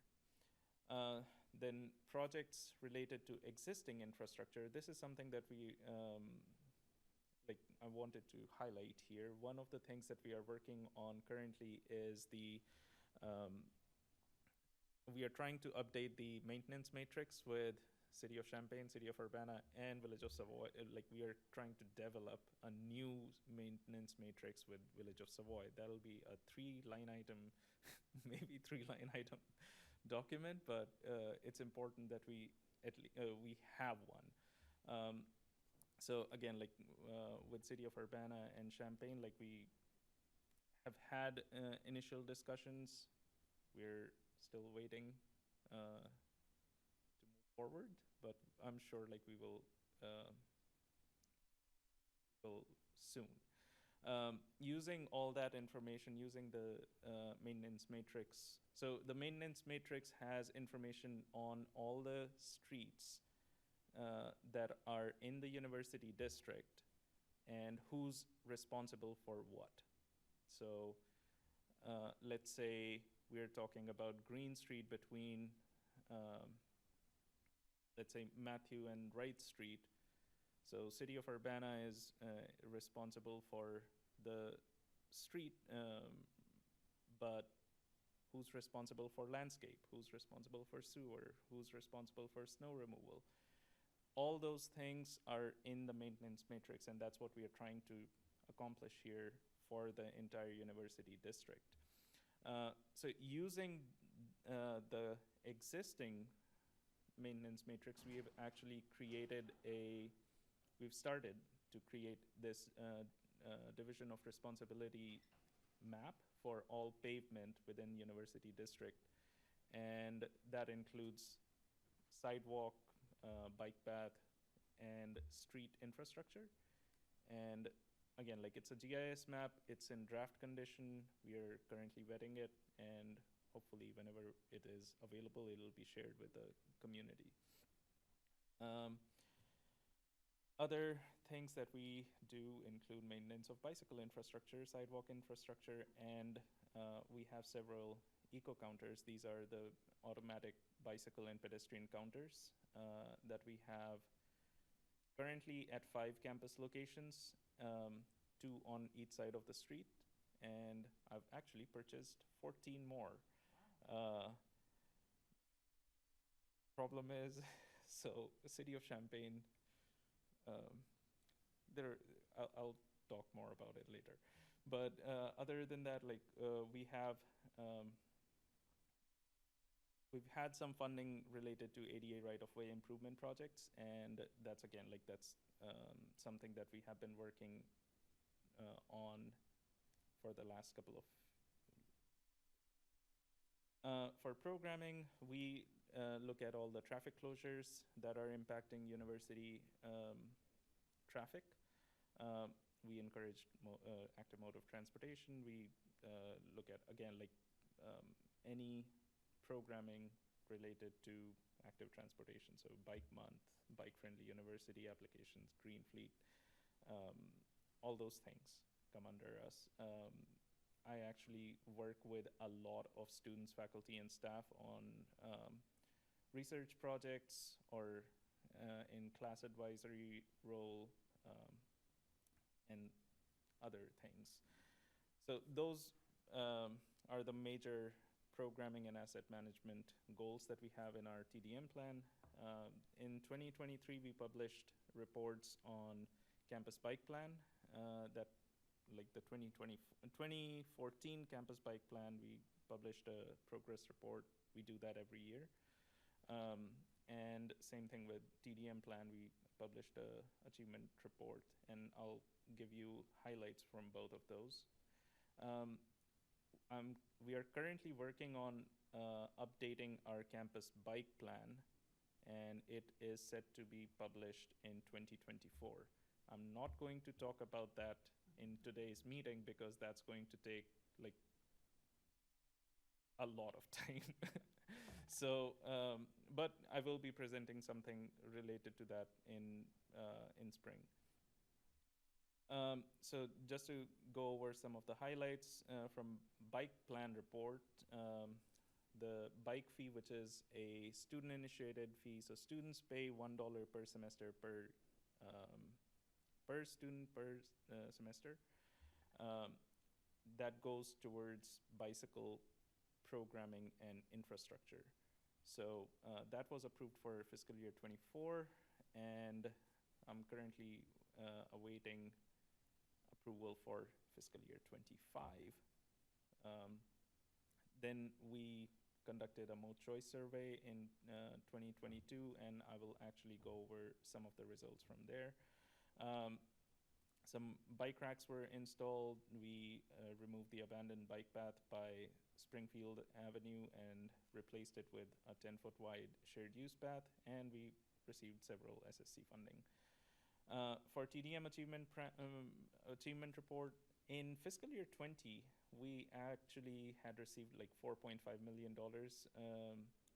from the provost office for pavement maintenance and improvement. It was not transferred to us until fairly recently because COVID. But in fiscal year 23, we were able to get a lot of these funds, and we encumbered like $2.6 million in transportation asset management plan. Then again, like we are updated the GIS maps for bike lanes, bike paths, and striping of it also. Then again, like as I mentioned, like we have been working with Village of Savoy, City of Urbana, and Champaign on the maintenance matrix, several bike-related projects, and we installed smart poles finally. That was a nightmare, but it's done. So some other, now to get into a little bit more of sustainable transportation projects. So eco counters, these are the automatic bicycle and pedestrian counters that we have. And these are like if you see these orange posts, these are the ones that actually count people. And we have them installed at 5 locations, one at Illini Union, which is the oldest one that we have installed in 2020. Then Wright and Healy, Armory and 6th, Green and Goodwin, and the most recent one was installed at Bookstore and Transit Plaza. I have purchased 14 more counters. So original plan was, so the MCOR, for the MCOR project, like we had identified, or CCRPC had identified 12 corridors where we have to collect and report bicycle and pedestrian activity for 5 years after the MCOR project was done. So the plan was we will install these at all of these locations, but earlier this week, or last week actually, City of Champaign told me due to vandalism concerns, they do not recommend us to install these counters at Green and 3rd and Green and Locust. So we are reconsidering where to put these counters because I've already purchased them, I've already received them. So most likely we are going to install these counters within University District. So maybe some will be around the quad just to get more, like a better idea of how many people actually, I mean, we know like it's used incredibly, it's a lot, but anyway. So if you want to see the monthly pedestrian and bicycle counts data, you can go to the ICAP portal. There is a link here. I don't know if this, will this presentation be published? If it is, yes, like anybody can go over there. It's all public information. We can publish this, sure. Just to give you an idea what type of data we collect, like for, like you can get a distribution of how pedestrians are moving. You can look at what the daily trend is for bicycles, pedestrians. You can look at, we can get up to 15-minute interval data for each of these counters. So you can, that is something that the students actually really like, because when they're doing their research or projects, they it's very helpful to them. And by bicycles, that includes like scoots and... So EcoCounter is a bit finicky about scooters. So sometimes it counts, sometimes it doesn't. It counts skateboards. It does, sometimes it counts scooters, sometimes it doesn't. It's odd.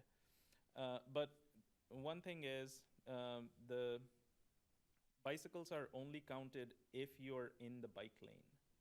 If you're riding your bicycle on the sidewalk, you'll be counted as a pedestrian, because so it uses an infrared technology. So it throws infrared at you towards the sidewalk. So if you break the infrared, you'll get counted as pedestrian, regardless of whether you're on a bike or a wheelchair or however you are traveling. Does it count pedestrians in the bike lane as bicycles? Or? No. So for the bike lane, you will see this diamond-shaped cut. This is a magnetic loop. So when a bicyclist goes through it, they get counted as a bicyclist based on, it calculates it, determines how much metal there is in it, and I think there is also like it presses down. So based on that, it determines if it's a bicycle or not. So let's say a car or a bus drives over it, it will not count as a bicycle because there is too much metal, there's too much weight on it. And that's probably why like it doesn't count scooters, because they're like, it's a very small wheel, and it doesn't recognize it as a bicycle. So again, like we get a lot of data from it. We can get heat maps. Again, this information is very beneficial for students. Again, like since we are only collecting data in one direction, if they want to get data for, let's say this is east-west, they want to check the north-south data, we can ask them to go, let's say this is like 12:30 p.m. on a Tuesday. That looks like the maximum used pedestrian area by Illini Union. Same thing here, like we advise students, okay, now this is the time where when you should go, and if you want, you can do manual counts for your research. Gotcha. So this heat map, the time of day is the x-axis, and the time, like the date of the year is the y. Yes. Or reverse that. Yeah. The y-axis is the time of day. Y-axis is the time, and Yeah. x is the date. Okay. Yes. Thanks. Yes. And again, like if you want access to this data, just let me know. I can give you access, by the way. Now moving on to the mode choice survey results. It was done in 2022. We had 610 responses, 349 students, and 56 faculty and 205 staff members. Again, like if you want to read the full report or look at more data, you can go to the ICAP portal. But just to give you some key findings, for faculty and staff, 55% of them choose to drive alone, which is still down from 60% that was done from the survey in 2019. For students, 88% use active modes of transportation on campus.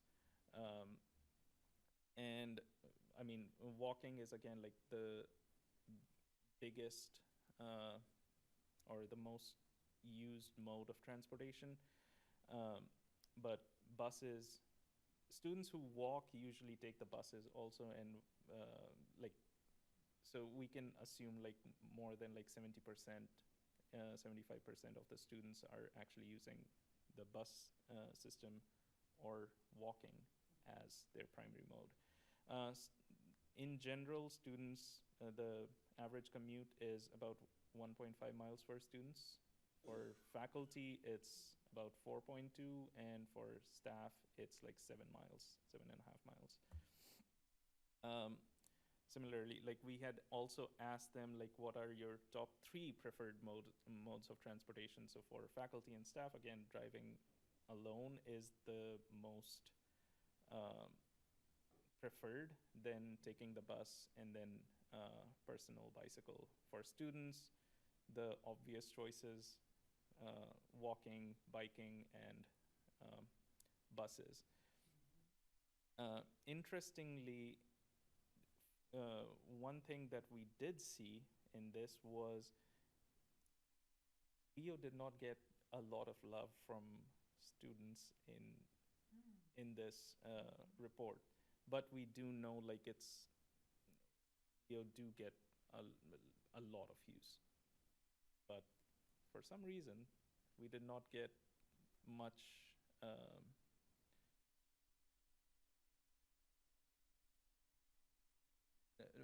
not a lot of students chose VO within their top 3 or top 3 preferred mode of transportation either. Wait, what do you mean by you didn't receive a lot of love, meaning they were, So here, you will see bike share VO only had 24 responses out of 349 in, as their top 3 preferred modes of transportation. So that's what I mean by they didn't receive that much love. Nothing. Yeah. Then again, like about 27% of the respondents, they said they have a bicycle on campus. Interestingly, like 42% of the students have a car, but only 8% have parking permit, and 90% of the faculty and staff have a car, and about 53% have a parking permit. So again, like it was kind of interesting to note these things. We had also asked people about like electric vehicles and what will have people use the bus system or other active modes of transportation more. But again, like you can read about it in the final report. We also have a bike census, a bike map that we have updated, and this map actually has bike routes. We call it the hazardous intersection, but we don't like to call it hazardous because again, like it sounds like we are not doing anything about them. But it lists the dangerous intersections, bike lane, bike path, or the bike network. So here you will see like the pink line is a shared use path. The blue line is actually like just the campus boundary. Green is bike, I think green is bike lane. So again, like we have this information, and we included, or we have all the bike racks that are on campus. They're on this map. Again, like if you go to the Bike at Illinois website, you can find more information. And also there is the like bike repair stations information. For bike registration, now I'm gonna go really quickly now because like we're out of time. We partner with Project 529, launched this system in 2020, July of 2020. Since then, our numbers have gone like way up, but we've also been promoting it a lot. This bike registration system is available to everybody in like on campus and in the community. So it's available to anybody who's a City of Champaign, Urbana, Savoy resident. There is a $10 registration fee, but that cost is for purchasing the sticker, and like we send out notifications and emails about events, and there's also like a raffle. So, but anyway, like the $10 registration fee mainly covers the cost of the sticker and the administrative cost. and is that's probably why there's only 54% of people actually pick up their stickers? Yes, yeah. And about 80% of the people actually finish their registration. So there are some issues.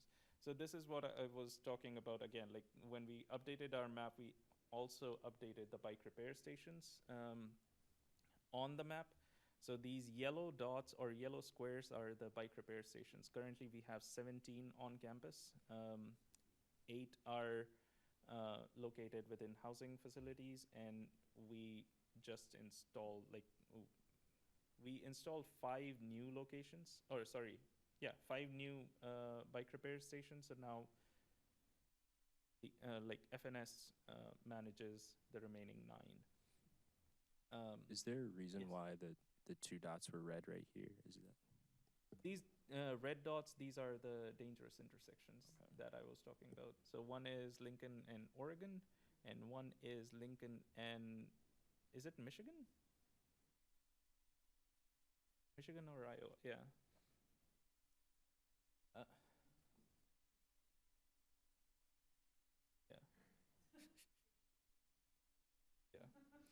So we have the old the bike repair stations. They were D-Rose Fix-It stations. We just installed the new ones that we've got. They are Saris public repair stations, and these are these ones. So the Bike Center, Library, and Information Science and All Guildhall, these are the new ones, and all of them have a bike pump attached to them. So unfortunately, so far they are all working. I know there is one that's already broken, but I'm working on fixing that. Update on the end of year bike roundup. We identified 300 bicycles as abandoned, 240 were actually impounded, and 26 were returned to the students. The remaining were donated to the bike project and campus bike center. This year we did not go to working bikes because we only had about 200 bicycles, which is very good. Would like to give some to working bikes, but bike project can use 200 bicycles over the year. And that was one of the thoughts with the rental system, was that people, if they didn't ride a bike frequently, they would just rent a rent a VO. Yeah. So I'm And wondering if that might be, I think that did help, and also this year, or the last couple of years, we've really amped up the communications. So, and again, like with the bike registration system, now we have like 2,500 people registered, and we send out an email to everybody leading up to the end of spring semester. So it just goes from there. For bike census, I'm not going to go into that. Bicycle-friendly university applications. We renewed our bicycle-friendly university status to silver. We are kind of disappointed, and mainly because the feedback form that the feedback that they had sent us in 2019 as key to gold, we actually worked on all of them, and for some reason, and this didn't just happen to us, like I talked to a few other universities, and there were some issues. Like they also had some similar cases. And I think Yale actually was demoted, which was, yeah. So anyway. Did it look to you, Sartak, like they had kind of moved the goalposts on you? I think so. I think they, not just for us, but they just moved it for everybody. And Yeah. the thing is, like, we don't know the scoring system. Like, we don't know how much points we get for what thing, and we don't have the feedback report for this year yet. No, So sure. we'll see, like, what we get. Yeah. But it was kind of surprising and disappointing. 5 minutes. Bike month planning. We had the event on 14th of September, biggest event so far. We had more than 1,050 pre-registered people. We gave out 1,100 T-shirts. 100 people registered on site. Some pictures. There's Annie. For Light the Night, same thing. We held it on September 19th. Alma Mater, Holleen Gateway, and Iconberry Quad. This year we had Planet Bikes safety blinkies, and we only handed out about 850. But the lines were really long, and that's because like the installation process was a bit slow because we had to screw everything in, and it wasn't the most convenient. This year we also we had worked with Ride Illinois to create bike safety quizzes for campus. And so there is, and in 2 languages. So we have adult bike safety quiz and kids bike safety quiz in English and Spanish that's available. Again, like this is on the Bike at Illinois website. These buttons actually work. So again, like if you want, you can on this presentation, you can go and click on these links and it'll take you to the quiz itself. Something that we are actively trying to promote is the motorist drivers education and truck driver education. And in the last month or so, we have posted this at like facilities and services distribution list, and also put it on like eWeek, which goes off to all the faculty and staff. And we will continue to do so. One thing that this bike safety quiz does not cover is how should students or how should bicyclists share the sidewalk, which is something that we see we need to address, and that's something that we don't have in this. And again, like I will probably talk to Ride Illinois about that. 3 minutes. FNS Green Fleet Plan, we are working on, so FNS has a 300 vehicle truck pool where we are trying to make it more green. SSC funded, SSC is the Student Sustainability Committee, and they gave us $134,000 last year to purchase and install level 2 smart EV chargers, and these are just for FNS fleet vehicles only. Currently, we have 6 Ford F-150 Lightnings and 2 Ford E-Transit. So these are, again, like the cargo vans, and we are adding more to it. We've installed 4 EV charging stations already. 2 are on order, and we will add 2 more at the very least using this funding. And these are, again, like just for FNS fleet, not for public use. For public use, the electric vehicle charging comes under parking's jurisdiction. And like for any new construction, we are adding EV level 2 chargers. Just some pictures. So these are, don't look at the dates. I Dates love are the wrong. wrapped one. I saw that wrapped truck the other day, and I yelled at the driver. I was like, "I love the wrap," and I think he was Yeah. like, "You're crazy." Yeah, so there are 2 of these that have the branding, like the Lightning branding on it.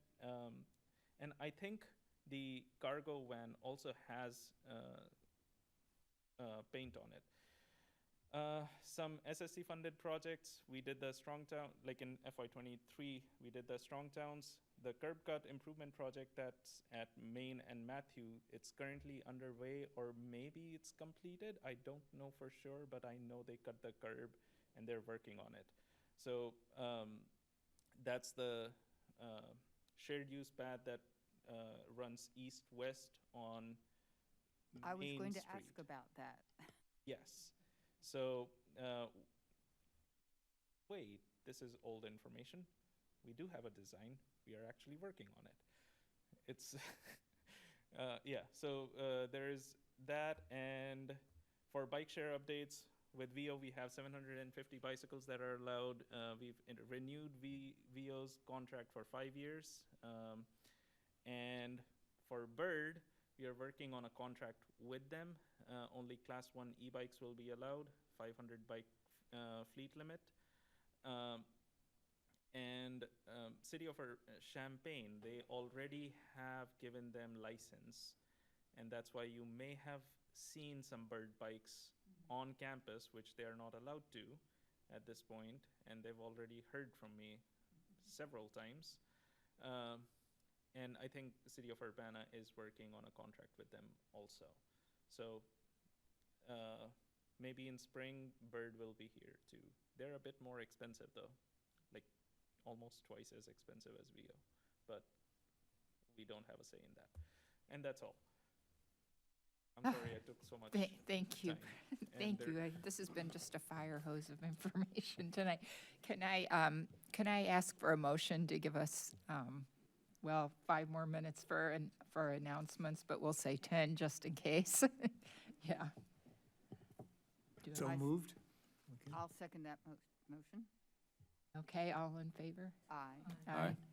Annie, But, your presentation, can could you put it off till next week, or, I mean, sorry, next month? We'll have a continuing meeting next week. Yeah. Possible. Yeah, let's just move that to next month, and hopefully next month I'll have an update on the Sage Trail as well. Cool. I was going to ask, do you guys have any questions on the presentation? Because I just ran away.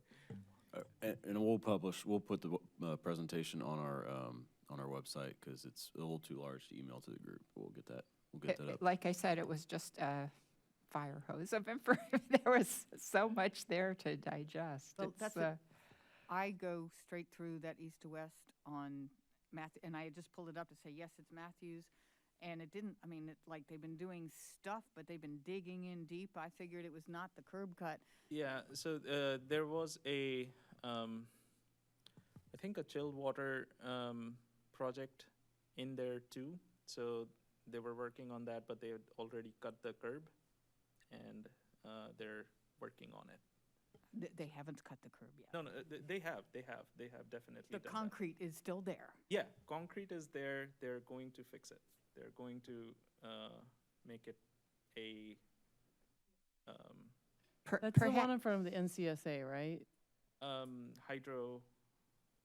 Yes, NCSA, Siebel, and then on the other side is. So Hydro. I saw them when they set up that, because that's my commute into work. I said, I'm so excited you're putting a curb cut here. And again, the FNS guy looked at me like I was crazy. And then I just saw them dig big holes. So right now there's just big holes in the ground. Yeah. But I'm really excited they're putting curb cut there, because it's huge. I'm really excited about that. So thank you for doing that. I think it would be kind of cool if we could have a quick item to revisit your Sure. presentation next month, and encourage Yeah. people to look at your presentation, and especially that ICAP website that you referenced several times. Yeah, I can do that. That And seemed really like it had a ton of Yeah. cool information and tools. Yep, and I also did not have any information on the ADA improvement projects that we have been doing, so I can give you some updates on that Okay, also. okay. So announcements? I attended the Chief of Police listening session. For those of you who don't know, we do have a new Chief of Police. And I brought up traffic violence and reporting about traffic violence, and creating a systems network. And I also noticed that neighborhoods are now getting emails about violence in their neighborhoods. And I asked about traffic violence, and he said that it's not part of like the FBI reporting data. And as we all know, we count what's important. So the FBI so far hasn't decided that 40,000 people dying a year on our streets is very important. But hopefully we can kind of help move the needle on Vision Zero. So I just wanted to let you all know that was one thing. License plate readers, there was a lot of discussion about license plate readers. I said, as a vulnerable road user, I would really like license plate readers. So I just want to let you know that I attended it, and I brought up traffic violence and spoke about how we need more assistance with technology to help keep people safe. And that's what I have. One thing I failed to mention during my update was that the next Monday on the 27th, City Council will be having a discussion about their goals and updating their goals. So just in case anybody from BPAC's able to, if there's some interest in kind of sending some input to council, I think our goals we have here is a good stuff. But sorry, just to leave you with that nugget, something to consider as well. Have they been working on this for a while, or is this? This is a start of another round of goal setting discussion. So it's just getting started. Yep.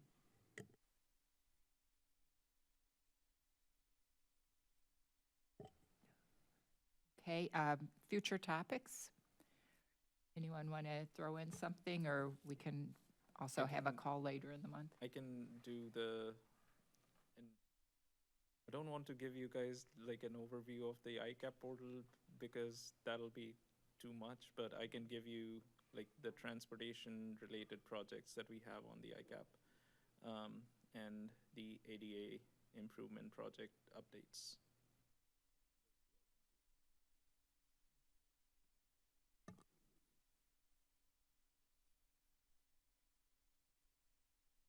I don't know if that's like a future topic, but noticing that there's more staff here than have typically been present, I wonder, would there be like a better time to meet if we met like earlier, from 5 to 7 or something? Maybe just something to consider, since these meetings have run longer the past few times I've come, and it feels unfair to hold someone who's doing their job here until like 9:15. Something to talk about. And as I said, we'll add a commission communications item at the beginning, so we might have something like, for example, Annie's announcement could have gone there too if she wanted to. Yeah. Yeah, we can talk about the timing of this. Well, actually, there will definitely be an item of 2024 schedule. That'll be an item on the next okay. agenda. So we'll talk about that when we talk about times, which we may also be limited by, all the other commissions meeting. There's one like shortly before us here on Tuesday. But something to look at. Yeah. I sent out an email last week with a couple of items on it. One, noting the downward movement in the price of e-bikes. They're becoming mass market now. And second, the fatality rate, particularly in big cities. Now, big cities are a different situation. There are thousands of people that are trying to make money doing Grubhub, DoorDash, Uber, and those things, charging the bikes up every night to ride them hard every day. But we have a situation here where lithium-ion batteries are going to be a reality. They're going to be a reality in our multi-unit apartment houses, in garages and places like that. And the question, I just want people to think about it on their own, maybe talk about it after the first of the year, as to whether, as an advocacy group on issues related to bicycles, we have some responsibility to, what do you want to say, advocate, exhort, heads up, relevant city agencies and the general public that there are collateral risks to what is going to be a major trend in American microtransportation. Well, I would think our fire department might be on top of that topic, and I don't know if they could spare someone to give a short presentation on safe battery. I'm sure that they've got to be looking into it. How can we help get the word out? Yeah. Yeah, because I did some research on that, and the New York Times had an article as well, and it is a situation for large cities, in particular New York City. What's happening is people are cracking the batteries, and there's micro spaces where people are rejiggering the batteries, putting them back on bikes. And the city of New York is dealing with it. They're dealing with a regulation issue. They're trying to figure out, they're basically, think of them as like chop shops.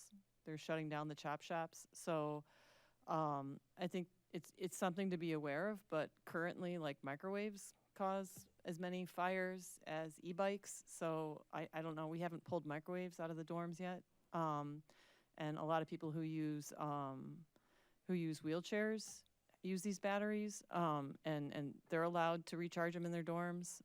So I think it's something to, and when we saw these numbers that Sarthak just presented, I know the people I work with, it's something to think about for people who are not well off. It's a privileged issue. Sure. And this is about There's privilege, so not it's in a important to position keep that in mind. Reinvent a regulation wheel here. I think we should keep an eye on what's going on out there and try to be ahead of the problem rather than behind it. Okay, well, thank you. We'll also put out a quick call for agenda items this month. Thank you very much. This meeting's adjourned.